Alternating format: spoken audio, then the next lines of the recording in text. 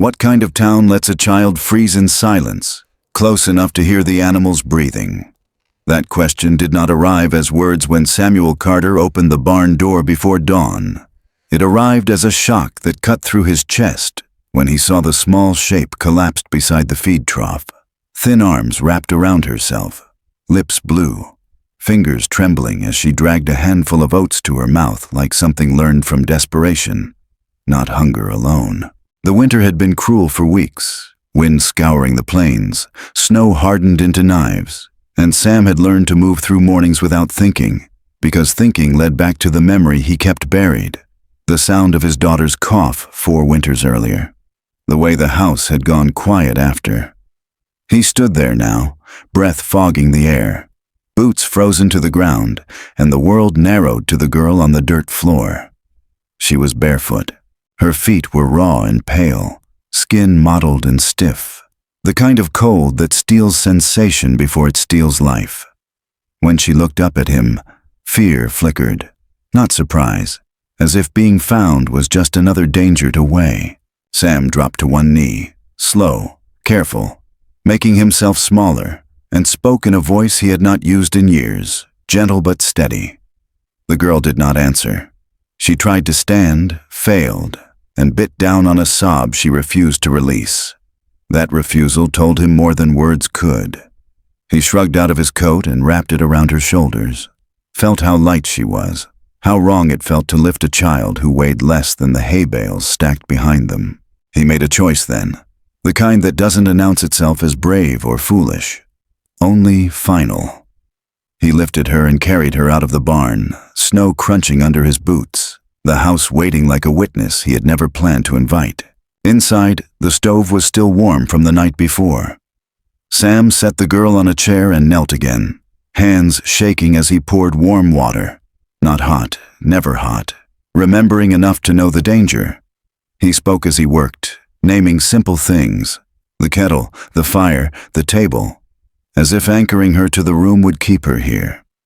When he peeled back the coat, he saw the burns on her arms, old and uneven, and something hardened behind his ribs.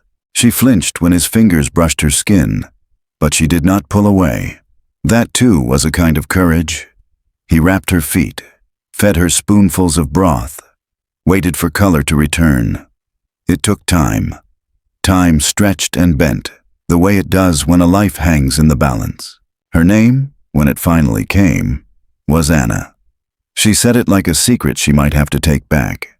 She told him she had walked 8 miles, that the snow had cut her feet and then gone numb, that she had followed the fence lines because getting lost meant stopping, and stopping meant dying. She did not cry when she spoke of it. She watched him, measuring his face for danger. Sam told her his name and did not mention the other name that still echoed in the house. He told her she was safe here, knowing how thin the promise sounded, knowing he would still make it. As the day crept forward, Anna slept by the stove, breath shallow but steady. Sam sat across from her, hands wrapped around a cup gone cold, and let himself look at her properly. 9 years old maybe, though hunger had stolen time from her face.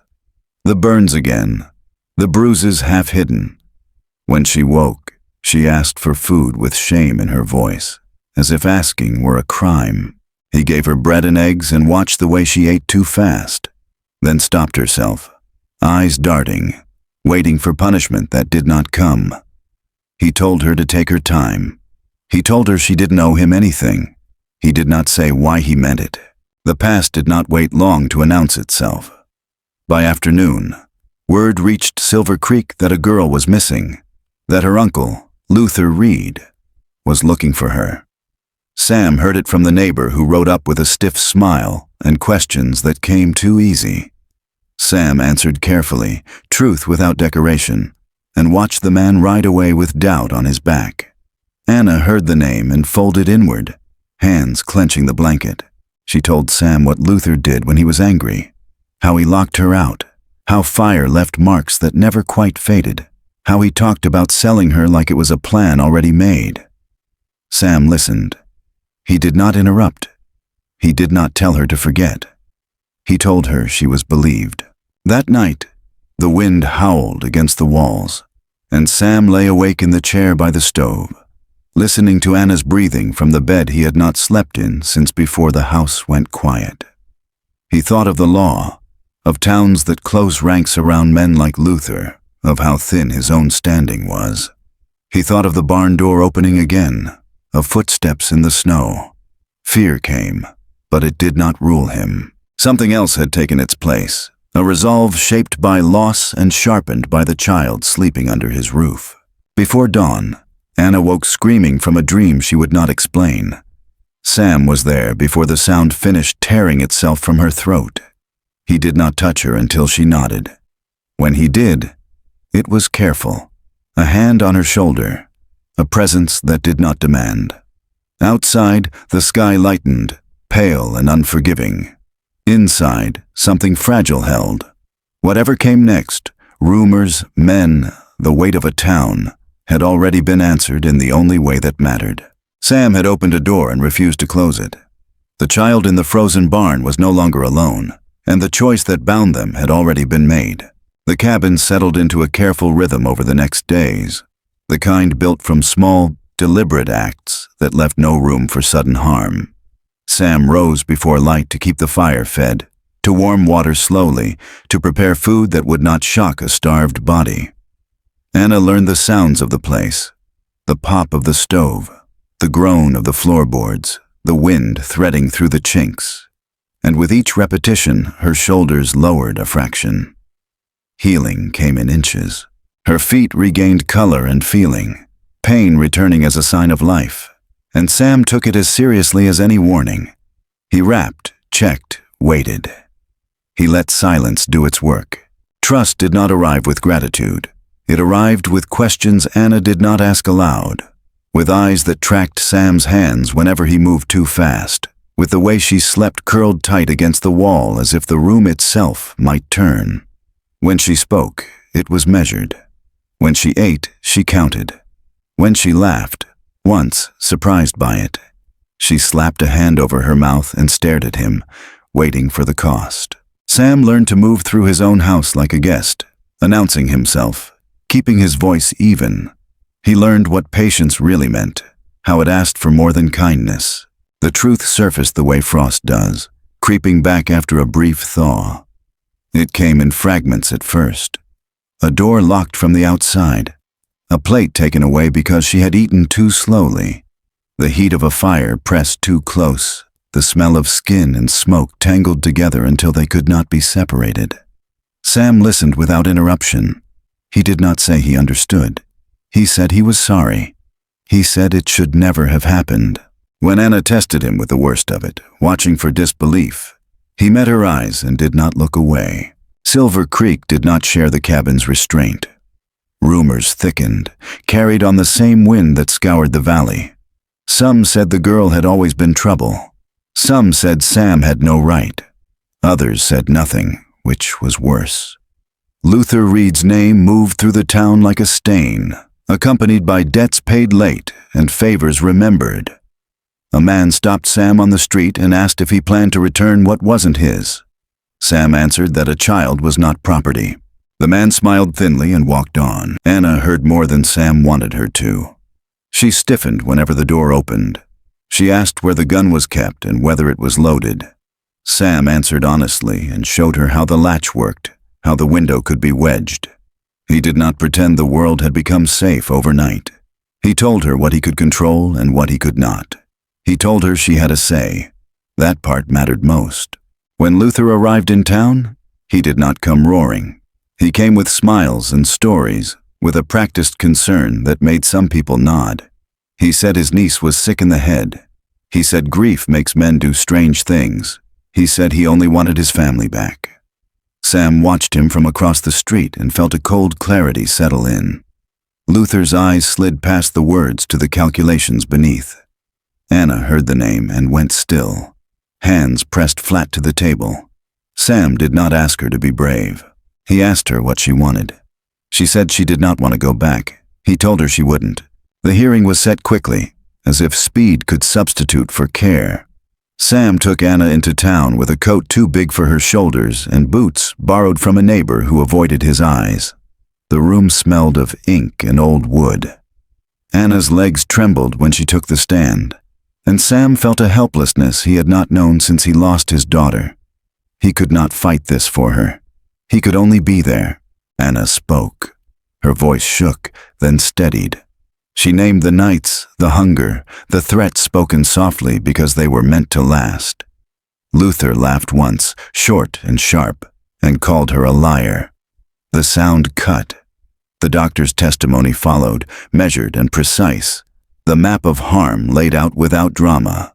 When the judge ruled for temporary guardianship and barred Luther from contact, the room exhaled.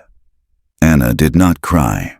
She watched Luther as he left, and Sam saw something change behind her eyes. Not relief, not yet, but a line drawn.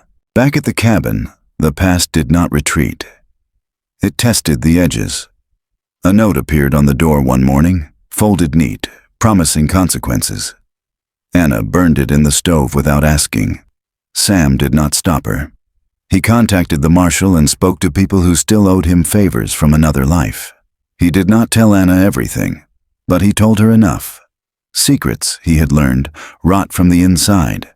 Mrs. Lawson came one afternoon with a pie she did not expect to be thanked for, and information she did not want attached to her name. She spoke of men passing through, of a buyer waiting, of Luther's reach extending beyond town limits. Anna listened from the stairs, unseen, and when the woman left, she asked Sam if the world was always like this. He said no. He said sometimes it changed because someone refused to look away. That night, Sam showed Anna the rifle, not as a promise of violence, but as a fact. He taught her respect for it, the weight and the rules. She learned quickly, jaw set, fear sharpened into focus. When she hit the target for the first time, she did not smile. She breathed out and nodded, as if confirming something she already knew about herself. The bond between them did not announce itself with declarations. It grew in the way Sam set aside the old bed for Anna and took the chair again without comment. In the way Anna asked him once if she could keep his coat, and he said yes. In the way bloodlines began to loosen their grip, not broken by anger, but by choice. Outside, the town leaned one way, then another. Inside, a quieter decision took hold. Whatever came next would not be met alone. The town's attention sharpened after the ruling, not toward justice, but toward spectacle. People watched Sam and Anna the way they watched a storm line on the horizon, curious about where it would break. Luther Reed did not disappear. He adapted. He stood on corners with men who owed him money and in doorways where deals were made quietly. He told a cleaner version of his story and repeated it until repetition sounded like truth. He hinted that laws could be bent. He hinted that Sam was temporary. Anna felt it in the way conversation stopped when she entered a room, in the way kindness arrived late and left early.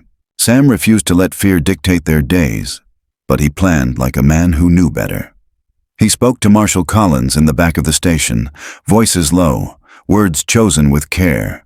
Collins had seen Luther before, had heard the rumors that trailed him like dust, but rumors did not hold in court. Proof did. Sam understood the difference. He had learned it the hard way, years earlier, when grief had taught him what truth could not do by itself. The warning came the night the wind shifted.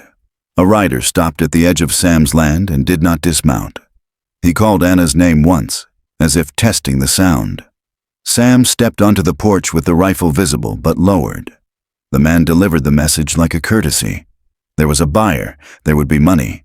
The court would not matter. He rode away before Sam could answer. Anna did not cry when Sam told her. She went very still, then asked what they were going to do. Sam told her the truth. They were going to end it. The plan took shape in pieces. Mrs. Lawson confirmed what Sam suspected, her face drawn with the weight of knowing too much for too long. A meeting was being arranged, she said, a place where money changed hands without witnesses who would remember. Sam relayed everything to Collins, and Collins nodded, jaw set, already thinking 3 moves ahead. They would let the deal happen. They would catch them in the act. It was dangerous. It was necessary. Anna asked to be part of it. Sam said no, then stopped himself. He looked at her and saw the line she had drawn months ago hardening into resolve. He did not want her carrying this, but he would not lie to her either. He told her where she would be and what she would not do. He told her the rules. She agreed to all of them, even the ones that asked her to wait. They trained quietly. Not every day. Not enough to raise notice. Anna learned to steady her breathing, to keep her hands from shaking when her heart tried to outrun her. She did not practice hatred. She practiced control. Sam watched her and felt the old ache return, sharp and familiar, the fear of losing what he had just begun to save. The morning of the meet dawned clear and cold. The livery stable across from the apothecary sat like an ordinary place, the kind that held no secrets until it did. Sam positioned himself where he could see the doors. Collins and his deputies took their places, scattered, waiting for the right moment. Anna stayed where she was told, hidden but not helpless, the rifle heavier than it had been yesterday. Luther arrived with Cole Barrett at his side, the two of them moving with the confidence of men who believed the world was arranged for their convenience. Money appeared. Names were spoken in low tones. 3 girls, a price agreed upon. The future reduced to numbers. Sam felt his pulse slow, the way it did when the moment finally arrived. He waited for the signal. It came when Luther laughed. The sound carried, ugly and careless.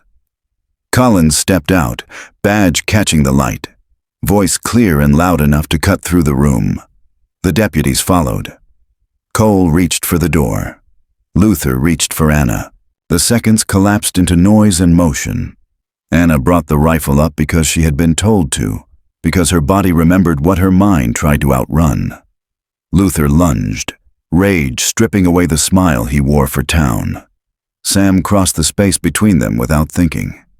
He caught Luther by the shoulders and drove him into the wall, the impact shuddering through both of them.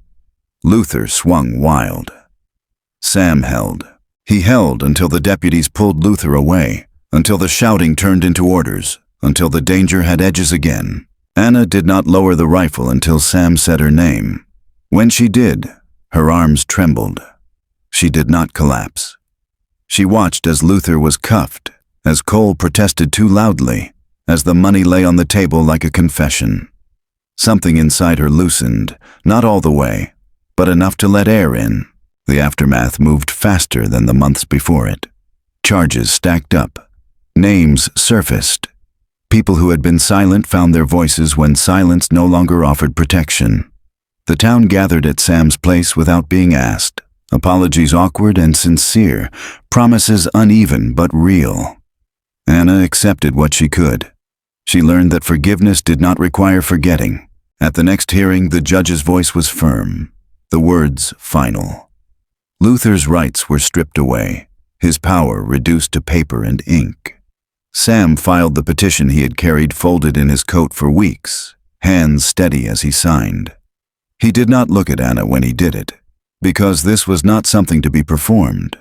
When the judge spoke the decision, Anna closed her eyes and breathed, once, twice, like she was stepping out of deep water. Freedom did not arrive as a celebration. It arrived as quiet, as a night without footsteps, as a morning without fear at the door.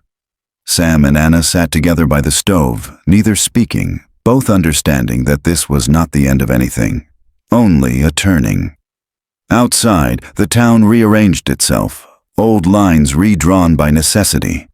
Inside, a promise held, tested and intact. The petition should have ended it. Paper signed, seal pressed, the law doing what it claimed to do. For a few days, it almost felt that way. Sam returned to the small rituals that made a life, mending a fence, checking the lines on the stove, teaching Anna her letters at the table where light fell cleanest in the afternoon. She learned quickly. Hunger redirected into focus, and for the first time she spoke of the future without stopping herself halfway through the sentence. The quiet was earned, but it did not last. Benjamin Reed arrived without hurry, a man shaped by money rather than weather. He rode a horse that had never known hunger and wore a coat cut to impress. He introduced himself with a smile that did not reach his eyes and presented his claim with careful courtesy. Blood mattered, he said. Arrangements could be discussed. It would be better for everyone if things were handled properly. Sam heard the pitch beneath the politeness and refused it without raising his voice. Anna watched from the doorway, reading the room the way she had learned to read danger, and felt the old tightening return. The next hearing drew a crowd that felt different from the last. This was not about rescue or abuse. This was about land. Maps were unrolled, numbers spoken with reverence, the future described as inevitability. The railroad would pass close enough to change everything. 160 acres were no longer dirt and labor. They were leverage. Benjamin spoke of opportunity. He spoke of stability. He did not speak of Anna unless pressed, and when he did, it was as a ward, a detail to be settled. Sam stood and told the truth plainly. He spoke of care, of days measured by healing rather than profit, of a child who belonged where she had chosen to stay. Benjamin countered with precedent and bloodlines, with a voice smooth enough to make doubt sound reasonable. The judge listened, face unreadable, and when Anna asked to speak, the room shifted. She did not beg. She proposed a test older than the papers on the table, a way to show what words could not. A trial by soil. Benjamin accepted with a smile that showed teeth. He named the terms like a man accustomed to winning.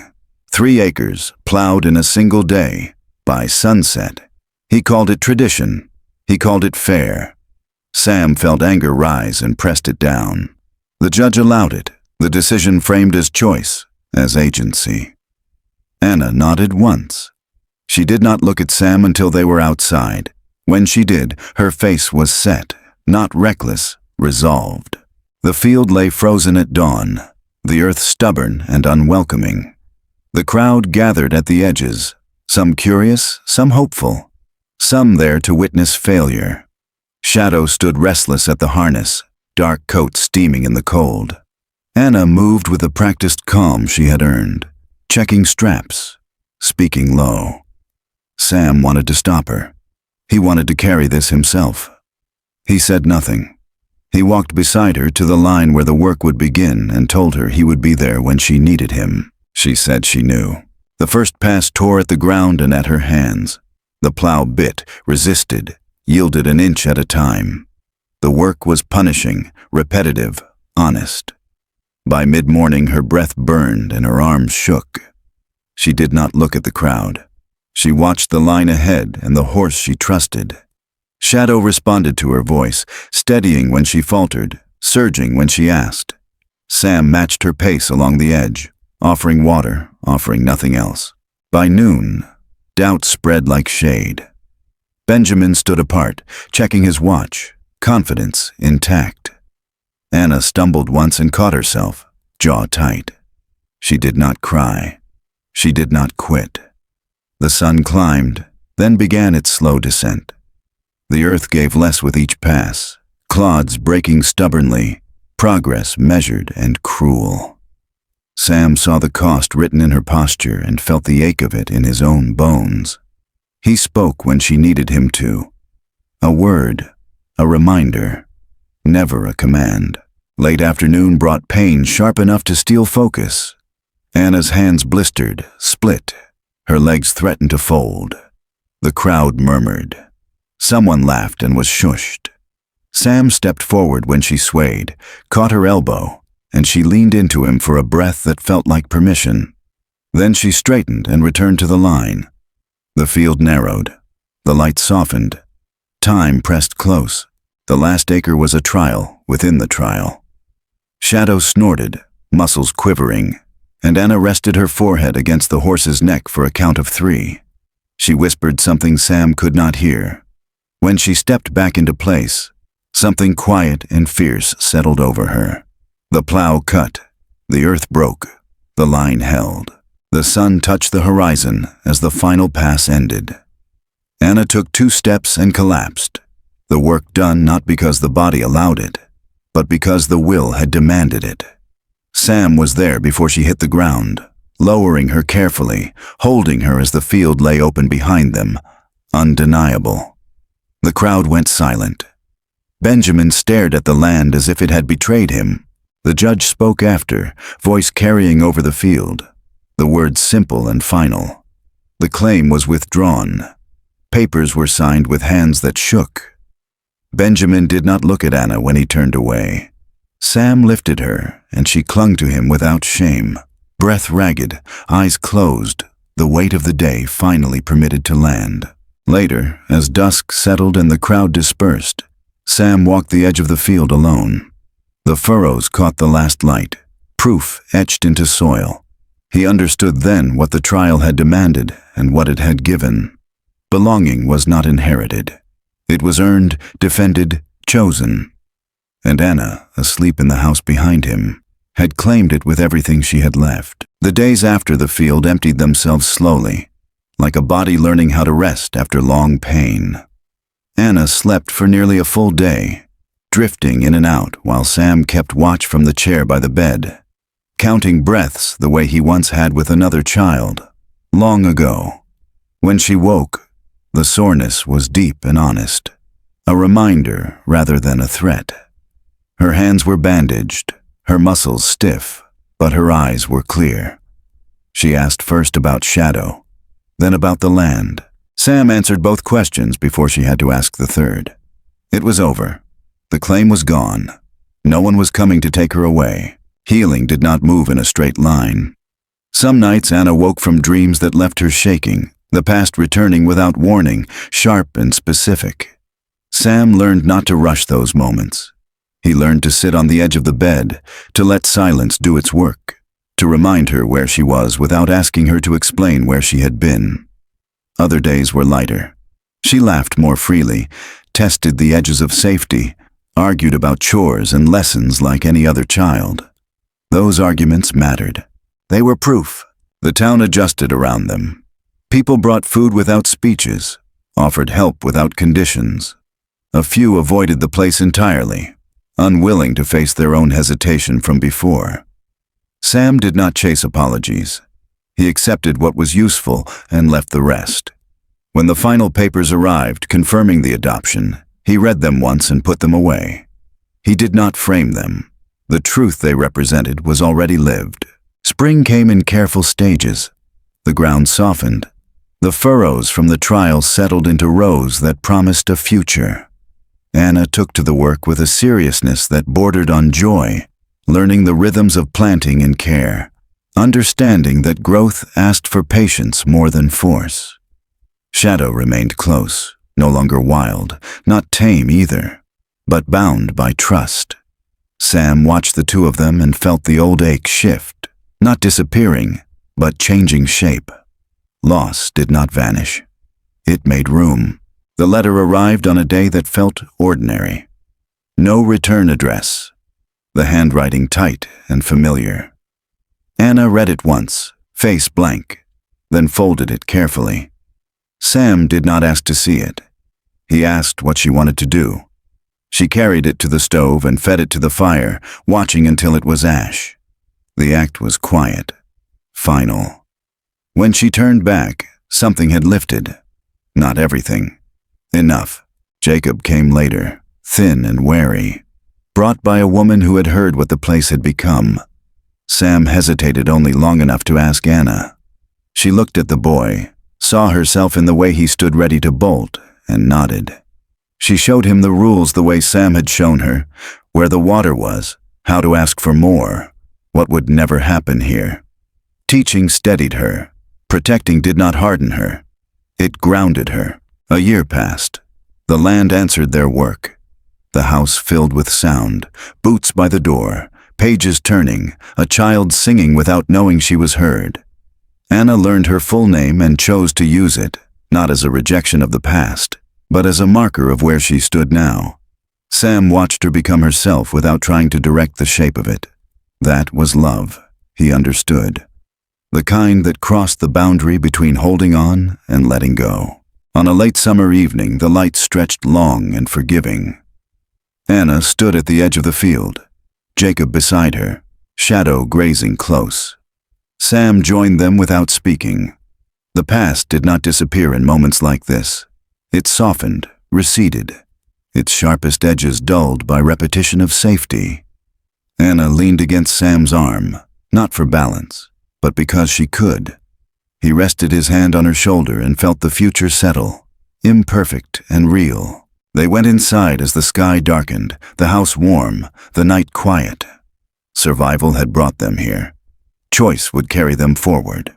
And so the story does not end with noise or triumph shouted across a crowd. It ends the way healing often does, quietly, in the spaces between ordinary moments. A lamp left burning low. A child asleep without fear of footsteps. A man who no longer measures his days by what he has lost, but by who sits at his table.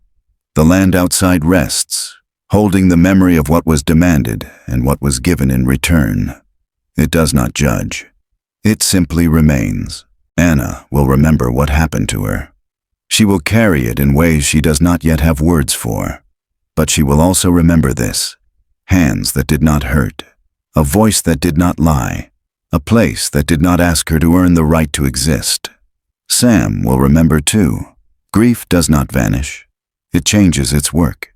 It becomes watchfulness, patience, the steady refusal to look away. Somewhere beyond the hills, trains will come, towns will grow, and the world will keep testing its weakest.